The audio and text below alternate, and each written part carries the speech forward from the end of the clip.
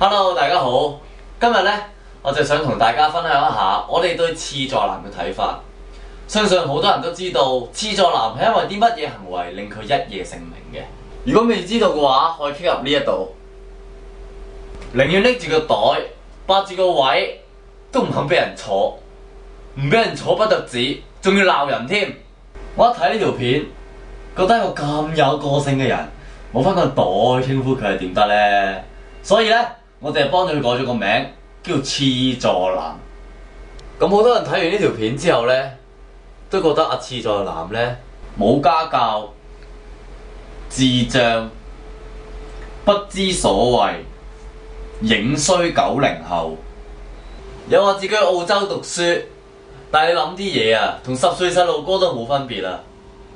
你香港會考考得好，考得勁，10個 A 啊！你冇分咁上下嘅思想同品德，你點稱得上為中五學生啊？難聽啲講句，你小學雞都不如啊！但係究竟係啲乜嘢令佢變成咁呢？父母有錢，定因為係嬌生慣養呢？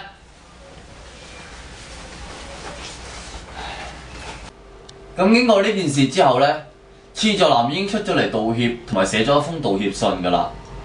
不過求其了幾隻字就叫道歉信啊！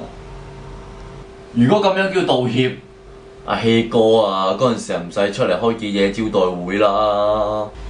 點解你唔堂堂正正企出嚟，認真咁樣同大家道歉呢？而呢段 video upload 咗都唔夠一日，阿廁助男呢就已經俾人起晒底啦。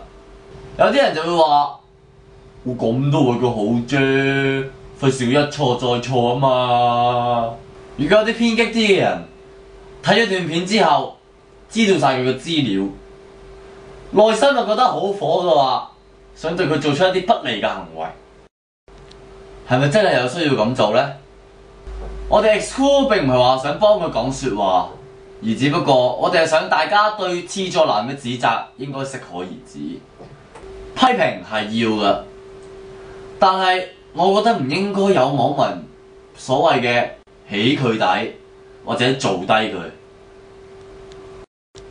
希望網上評論者對廁助男所發表嘅言論係以批評同埋想佢改過嘅心態而發表，而唔係以趕盡殺絕嘅心態去評論呢件事嘅。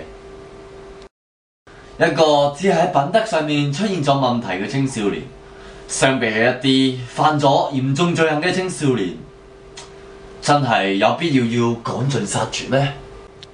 另外呢件事其實反映咗一個好大嘅問題，就係網絡欺凌。除咗呢件事之外，我諗最無辜嘅就係佢哋啦。點解要將自己嘅快樂建築喺人哋嘅痛苦身上呢？